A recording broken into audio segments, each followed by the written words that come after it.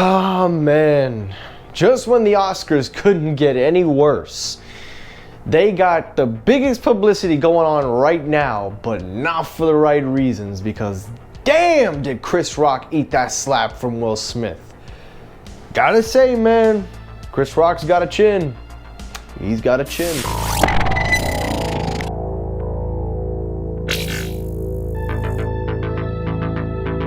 Alrighty, fanboys and fangirls, on today's episode of Technoid, it looks like Apple's new iPad Pro with the M2 chip is fully ready to make its launch. We have a lot of information about this redesigned iPad. Also on today's episode, we've got some new information about the reported iPhone and iPad subscription. We'll talk a little bit more about that. And lastly, OnePlus 10 is finally coming to the United States. And yeah, that's all I got to say on that. All of that on today's episode, so stay tuned.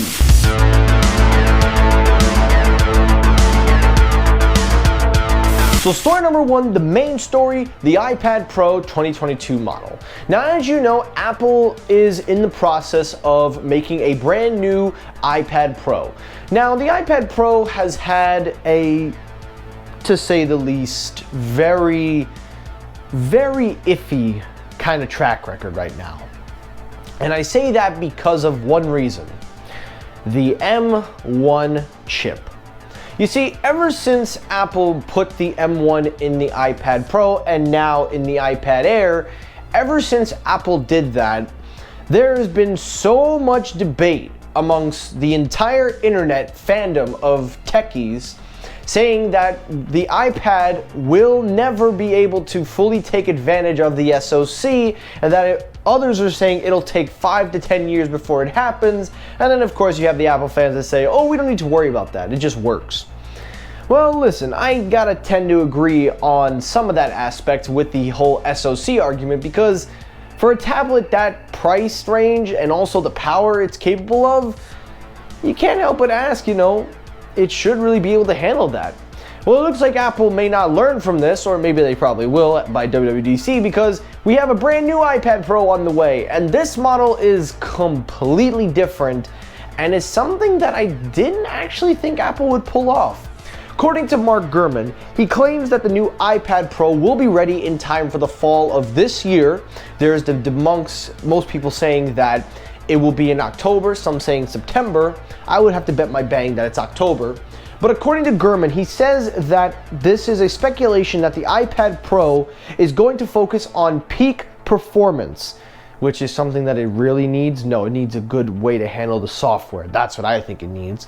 But going on, according to Gurman, he says that the new iPad Pro models will feature the M2 chip. Now, as we do know, Apple does have intentions to release the M2 chip, and basically it will be a minor upgrade. I was going to say marginal, but it would be a minor upgrade, but most of the upgrades will come in the GPU performance, because Apple will never upgrade the cores. It'll stay the same 8 cores, but it will probably have a 9 or 10 core GPU. But also taking a look at the rumors, it also says that the M2 chip will also be built with a newer upscale GPU option for the iPad Pro 12.9 inch. Now, how exact that is, we'll have to see when it launches. But also taking a look further, the biggest one that kind of caught me off guard, I've heard about it, but I didn't actually think that they were going to do this, but is also the inclusion of MagSafe on the iPad. Now, before you start laughing and asking why there's MagSafe, let's clarify that. According to the rumors before Gurman, Apple was working on a way for reverse wireless charging to be acceptable. And one of the ways that they've been experimenting is MagSafe, by making a MagSafe pad in the back of the iPad Pro, because the iPad Pro has a relatively huge battery.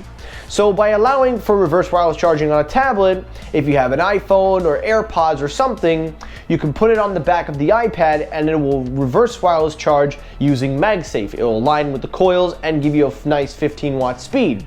Now that sounded very well, but it also did state that the original design they were going for had to be retweaked, and it seems like it will have a big Apple logo made out of glass in the back that will help to array with the MagSafe coils and the magnets.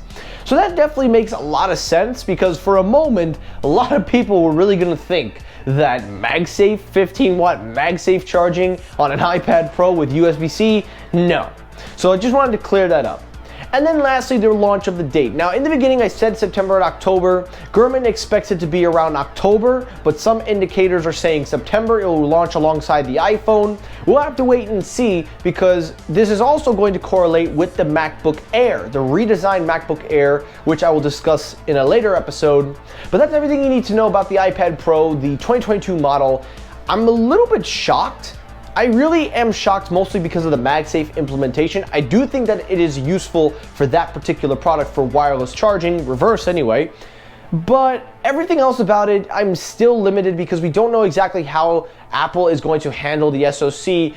And honestly, I think that as long as it can't take advantage of that power, it doesn't matter what chip you put in it. It will not be able to live up to the full expectations.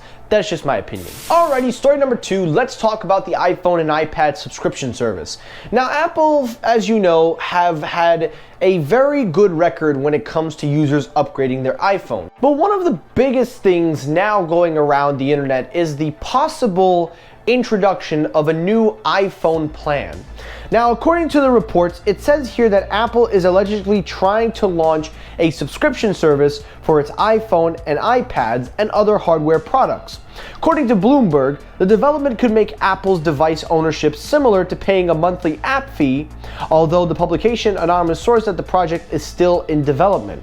This would allow for users to subscribe to new Apple hardware for either the first time or digital services, and will be able to be changed year to year.